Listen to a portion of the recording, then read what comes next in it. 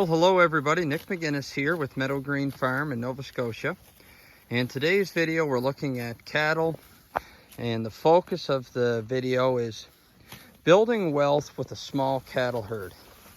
So I want to talk about a few of the things that I see, and these are just my opinions, that when people are getting into raising beef or starting a beef operation, the number one thing that needs to be conveyed to people looking to start a business in this industry, you have to look at what is pushing you into this direction.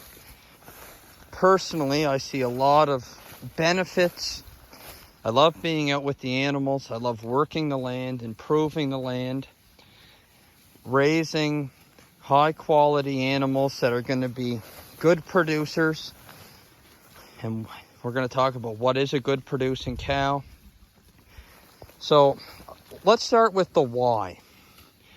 A lot of people want to get into beef farming or any sort of regenerative agriculture, small scale, direct sales type of farming. One of the main reasons that they get into it is dissatisfaction with their current job. And so they start thinking about a business plan. They want to go full-time farming and make a living out of it. So I want to reference a couple of guys who have been instrumental in shaping my perspective and my management systems on the farm. And that would be Joel Salatin and Greg Judy. Now recently, I heard Greg Judy in one of his videos talk about just how much land is required to make a full-time income off of beef farming or grass farming. So that, I guess, could mean sheep or goats or cattle. I think primarily when you're talking grass, we're talking cattle and sheep. And Greg said in really good situations, at a minimum, you're looking at probably 200 acres of grassland required to sustain a herd big enough to provide a full-time income. That's a lot of land, certainly more than we have, and it's probably a lot more land than a lot of people have. Now, if you're going to go out and buy that much property and you don't have the cash, and that would cost a lot of money, so if you do have the cash, my hat's off to you. But in reality, you're probably looking at buying a smaller piece of land. And if you can be strategic, opportunistic, and a little bit lucky, perhaps you can get into leasing some land like I have. And that's something that Greg's always championed. And I was able to pick up about 90 acres through leasing neighboring properties that were sitting idle. A lot of these were old hay fields. This is all just before the beginning of COVID, when there was a real big push of people getting back on the land. So I was fortunate in that regard, but I had read Greg's book, No Risk Ranching, talked about custom grazing. So the biggest problem with getting into beef particularly, and this is kind of true for all businesses if you read the literature, cash flow.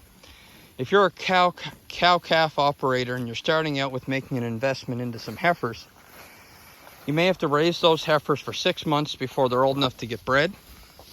You have to wait 9 months for that heifer gestation to arrive. Then the calf is born. And that calf isn't going to be ready for sale at the stockyards until at least 6 months, upwards of a year. If you're doing it like I am, where your main focus is direct sales, your heifers are probably going to be retained if they're from good genetics. And if they're bulls, they're likely going to be used for butcher. And if you're doing grass-fed, it's going to take probably 22 months at a minimum to get a nice sized animal that's going to taste well. So you're not going to get there right away.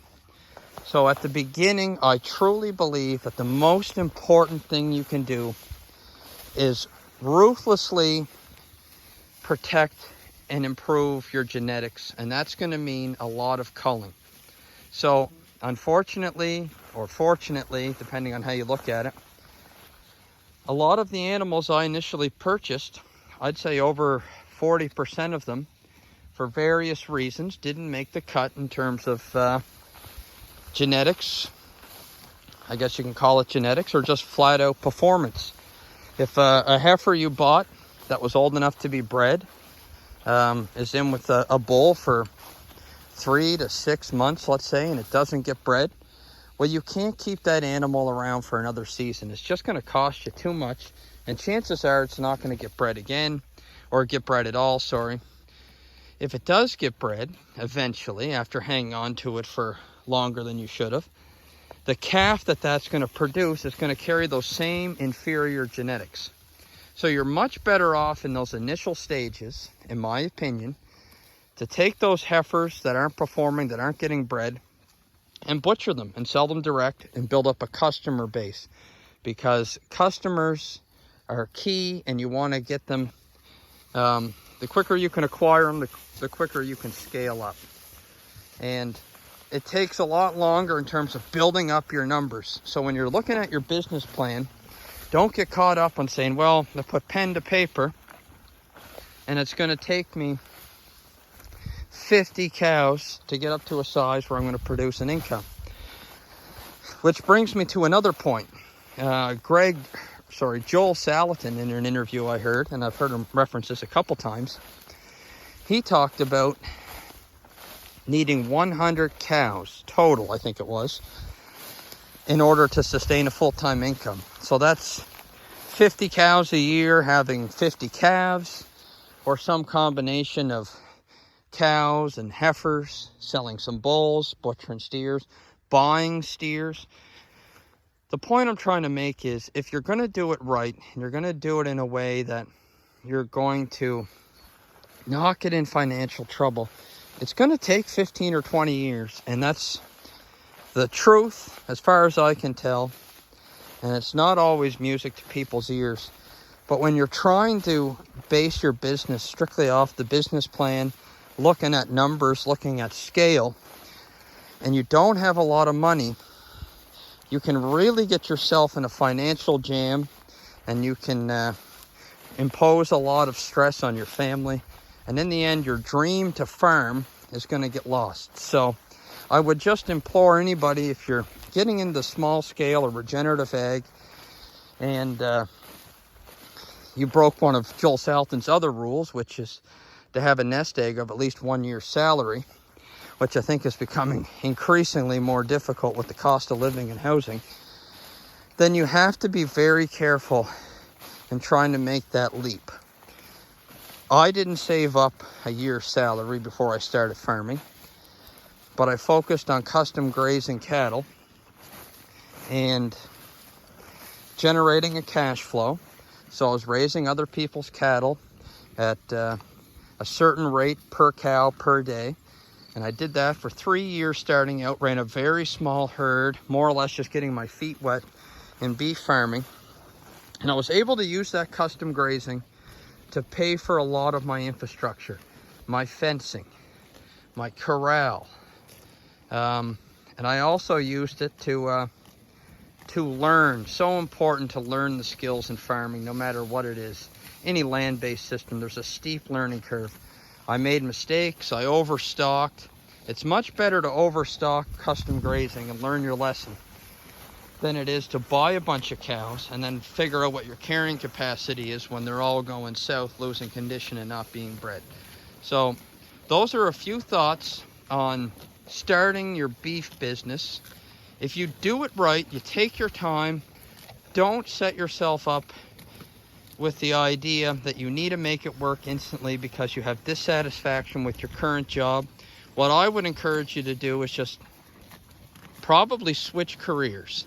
It's a lot easier to make money this day and age, in my opinion, with a full-time job, especially today where you can work from home.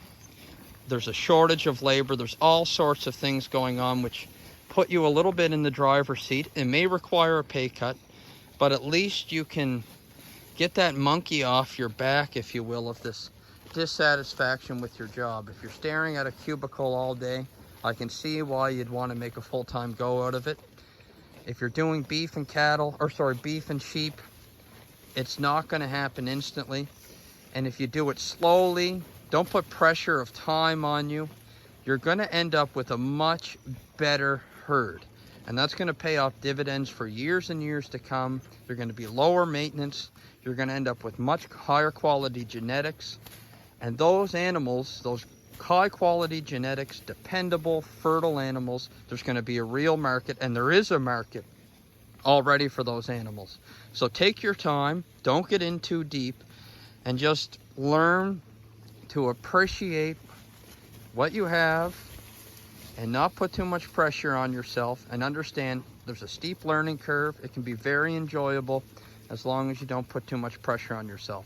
So thanks for listening to my perspective on this. I hope I'm not too long-winded. If you liked the video or have any comments, maybe you disagree, feel free to leave some comments down below. Thank you.